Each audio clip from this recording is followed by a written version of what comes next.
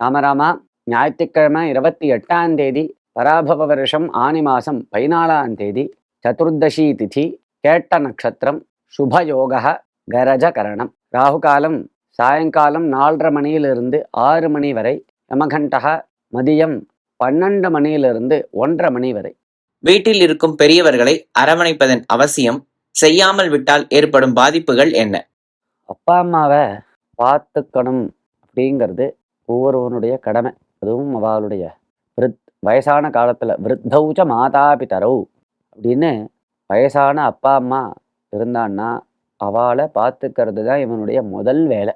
அதற்கு என்ன தேவையோ, அவளுக்கு என்ன தேவையோ, அவளுடைய சந்தோஷமும் அவர்களுடைய தேவையும் அறிந்து இவன் செயல்பட வேண்டும். அதற்கு வேண்டிய ஏற்பாடை இவனே பண்ணணும். இப்படி முடியலைன்னா அதற்கு வேண்டிய ஏற்பாடை பண்ணி அவளை சந்தோஷமாக வச்சுக்கணும். ஏதோ தலையில வித்தே அப்படின்னு அவளை சிரமப்படுத்தக்கூடாது. எங்கேயோ கொண்டு போய் அவளை விட்டுடவும் கூடாது.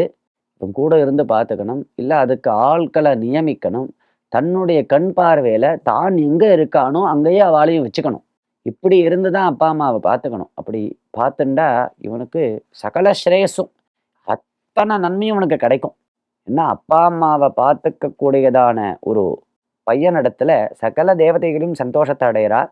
மாத்திருபித்திர சுஷ்ரூஷா அப்படிங்கிறது எல்லா புண்ணியத்தை காட்டிலையும் பெரிய புண்ணிய காரியம். ஏன்னா புராணங்கள்லாம் அப்பா அம்மாவை தெய்வமாக பார்த்து சுஷ்ரூஷை பண்ணக்கூடியதான பக்தனுக்கு பகவானே நேர வந்து காட்சி கொடுத்தான். பண்டரிபுரத்தில் புண்டரீகன்னு ஒரு பக்தன் அப்பா அம்மாவுக்கு சுஷ்ரூஷை பண்ணிட்டு இருந்தான். அவனுக்காக பகவானே வாசலில் வந்தான். வந்தால் எங்கள் அப்பா அம்மாவுக்கு நான் கொஞ்சம் ஜலம் எடுத்து கொடுத்துட்டுருக்கேன், நீ நில்லு அப்படின்னு சொல்லிட்டான் புண்டரீகன். அந்த பாண்டுரங்கன் அவன் போட்ட செங்கல்ல இன்னைக்கும் நின்றுருக்கான் புண்டரீகனுக்காக.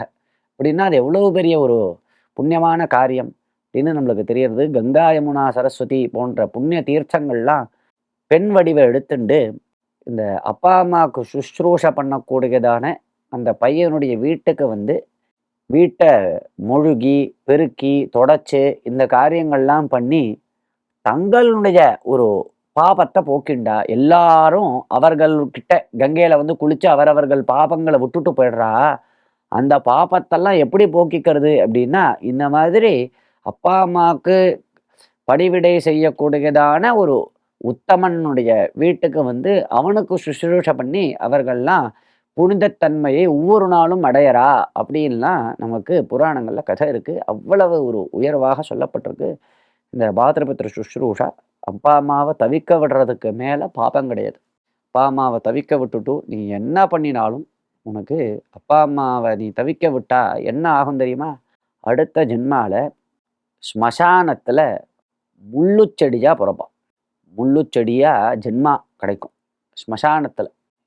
ஏதோ நல்ல ஒரு தோட்டத்தில் கூட பிறக்க மாட்டான் முள்ளுச்செடியாக. ஸ்மசானம்னா தெரியும் நினைக்கிறேன், ருத்ரபூமி சுடுகாடில் போய் முள்ளுச்செடியாக பிறப்பான்.